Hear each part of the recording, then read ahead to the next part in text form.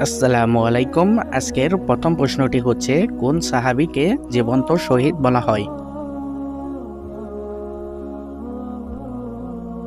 সঠিক উত্তরটি হচ্ছে তালহা রাদিয়াল্লাহু তাআলা আনহুকে জীবন্ত শহীদ বলা হয়।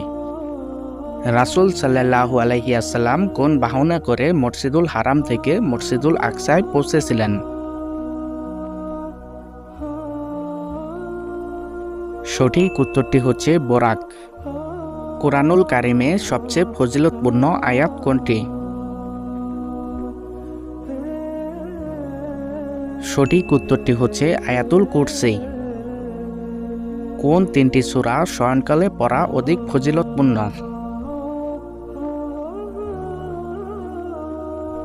সঠিক উত্তরটি হচ্ছে সূরা ইখলাস, ফালাক ও সূরা নাস। কোন সাহাবীকে উম্মতের আমানতদার উপাধি দেওয়া হয়েছিল? সঠিক উত্তরটি হচ্ছে আবু উবাইদা বিন জাররাহ রাদিয়াল্লাহু তাআলা আনহুকে।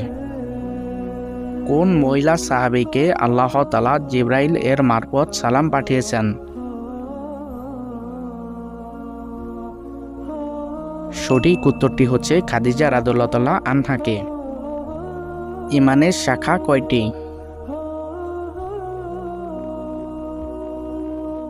সঠিক উত্তরটি হচ্ছে 70 এর অধিক। বিদআত কাকে বলে? সঠিক উত্তরটি হচ্ছে ইবাদতের নামে নতুন কিছু সৃষ্টি করলে তাকে বিদআত বলে। হুদহুদ পাখি কথাটির সাথে কোন নবীর সম্পর্ক আছে? সঠিক উত্তরটি হচ্ছে হযরত সুলাইমান আলাইহিস সালাম এর।